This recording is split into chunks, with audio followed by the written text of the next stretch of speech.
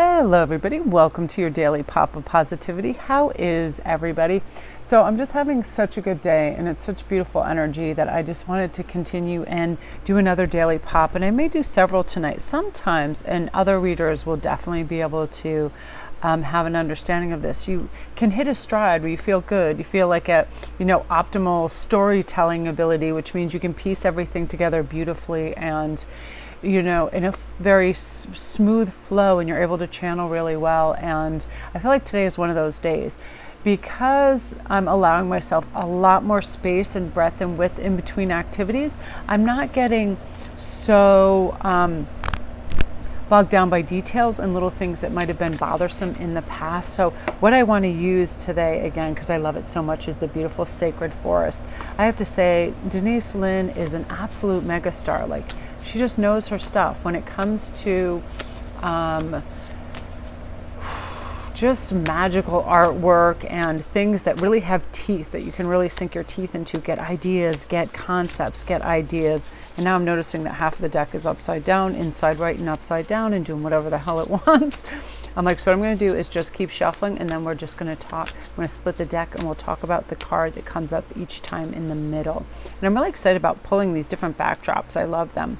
I love this, and this actually came up. I pulled 2 cards for myself today, and I normally don't pull cards for myself, but I pulled 2 cards and I had uncertainty, and I'm beginning to relish this and look forward to it.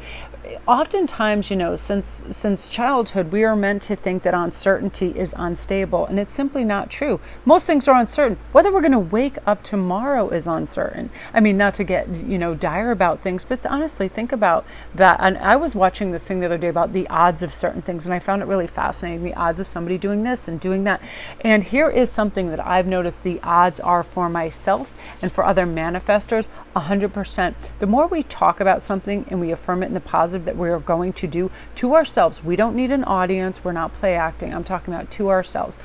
Tomorrow I am going for a fantastic walk in the forest, and I am going to meditate, and I'm going to feel good.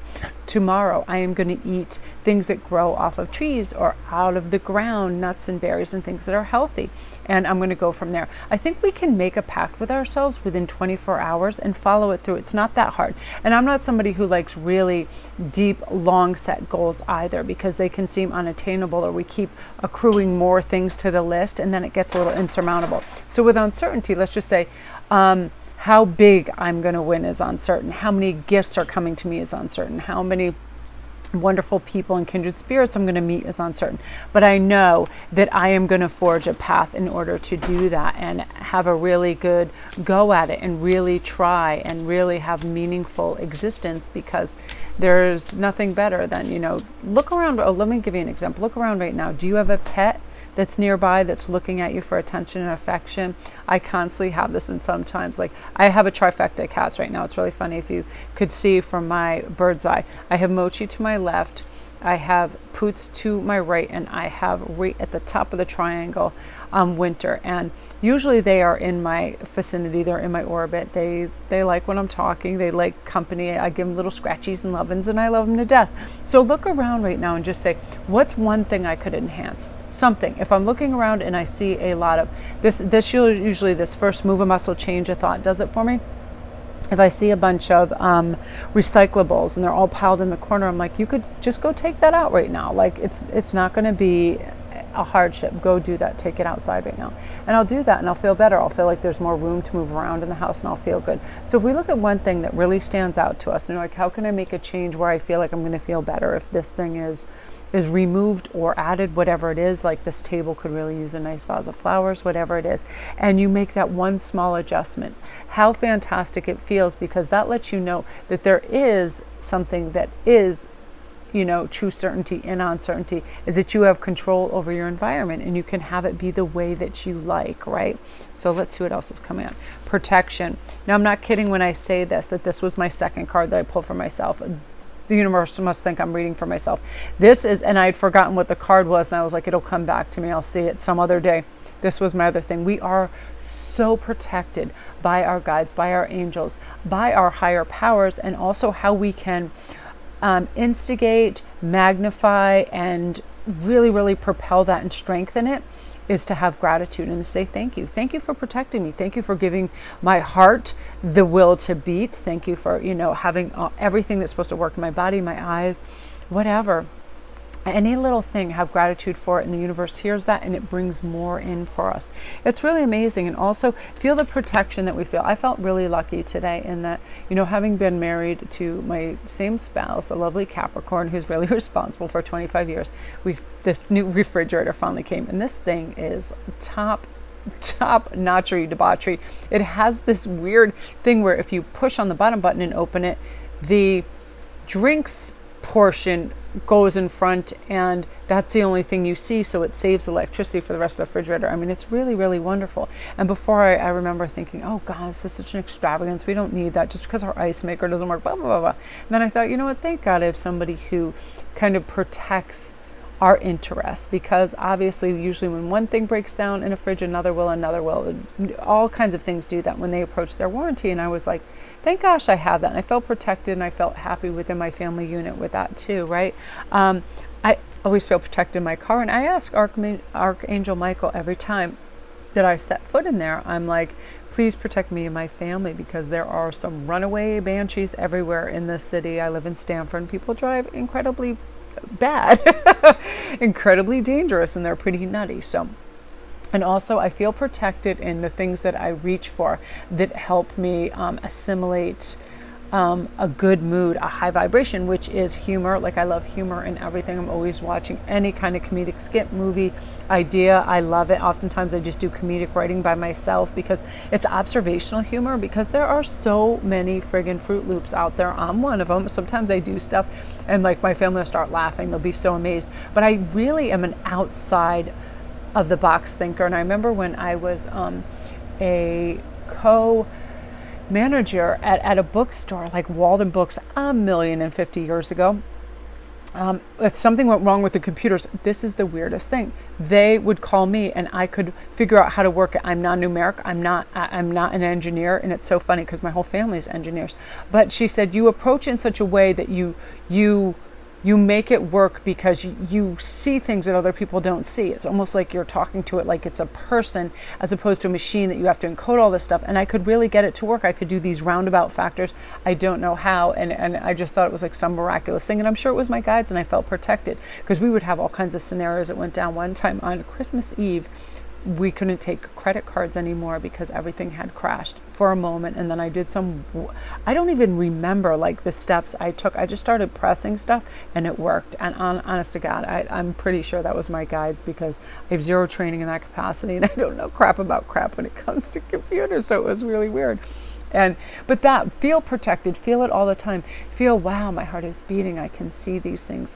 We really are protected in so many little dynamic ways. For instance, have you ever heard that little whisper, like, turn here, do this, wait a moment, pause, right? I can't even count, or I have no idea at this point how many accidents that I have just been saved from by listening to my intuition and my higher guides and my angels, by saying, just stop the car, just pull over, just wait a moment, do this and that, and I'll find, a trailer overturned on the highway. I'll find all these things, and my heart starts to palpitate. When you almost get in an accident and then your nerves are like, whoo, they settle. I'm like, wow, like I plan to go, and I really listen to myself. So start to listen to that, and you will feel the protection within that, which I love. And I love this one too. Happiness, yay. And oftentimes whenever I'm really bummed, I go and I listen to the Happy Song by Pharrell Williams. I love it, and I wish I was related to him, but I'm not. But I love that song.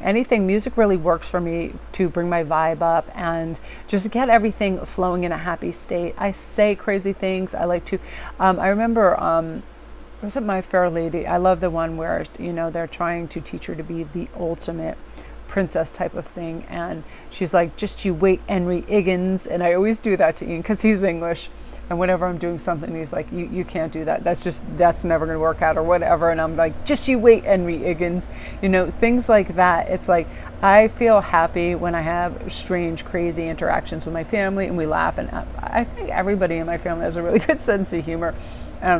Even Ian, and he's very witty, it's dry English humor.